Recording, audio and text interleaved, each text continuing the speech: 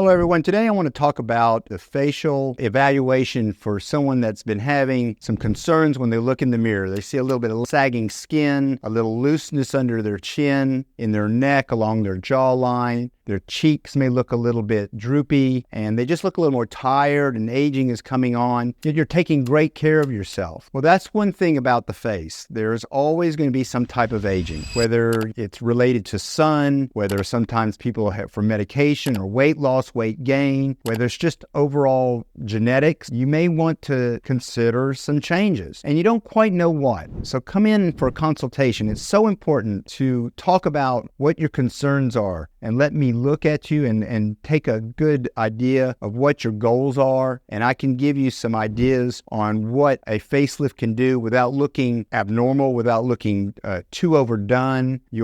People always come in and show me a picture sometimes of what they don't want or what they want. They're afraid of the California look or look like a Kardashian, and some people want a very significant change. Yet we can do it without still being yourself, basically turning back time. And the reason you have to have a consultation is that sometimes you're ready for a facelift, neck lift, a muscle tightening procedure. In my hands, I do not pull skin. When in our surgeries, we find the muscle and re-lift it and support it, and the skin goes along with it. And in that way, it looks more natural, it lasts longer, you heal faster, there's less bruising, we don't have to use drains, the downtime is significantly better. And it's all related to knowing the anatomy of the face and who does it. Because if you look at pictures such as this, and I had to say the skin pulled away, and look how many muscles there are in the face. I mean, there's multiple ones, and there's certain ones that are related to facelift, and there's ones that aren't. And knowing that by my experience of over 25 years and by doing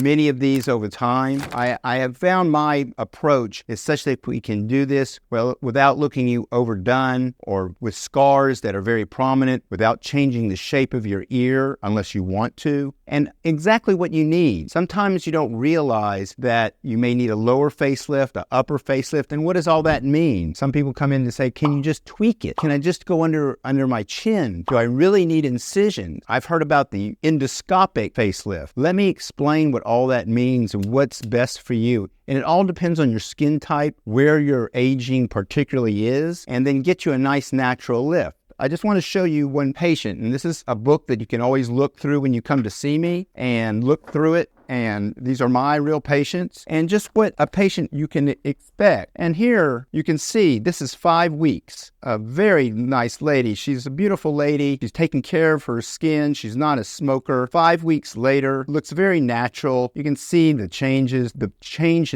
from a square look to more of a heart-shaped look. And then from the profile, instead of the little sagging and loss of the jawline, her jawline's back, her neck is recontoured, but she doesn't look pulled. Her hair is already up. She doesn't have to wear her hair over her incisions at 5 weeks, and this will only improve. And one more patient, just perfectly a square look, doesn't really, looks very tired, but she's taking care of herself. She's fully active in the community and works full time. Here we go, this is 8 weeks later. And the square look to the heart-shaped look is my goal. And without looking abnormal or pulled. You can't do this by using skin techniques. Here's another one, and this is her profile, where I'll look at loss of her jawline, very saggy skin, but all of a sudden we've reestablished. I'm not trying to take away every wrinkle or all the sagging. I'm just trying to reestablish where she was 10 years ago. And obviously we haven't changed her smile. It looks like, we've turned back time or she's had a lot of weight loss, but really what we've done is reestablish the muscle where it belongs. So this can be done for everyone, but everyone's a little different. So we personalize every treatment for you. And it's very important to come in for that consultation and spend the time, and it's worth that time to spend with me. And I may advise either not doing surgery or doing surgery,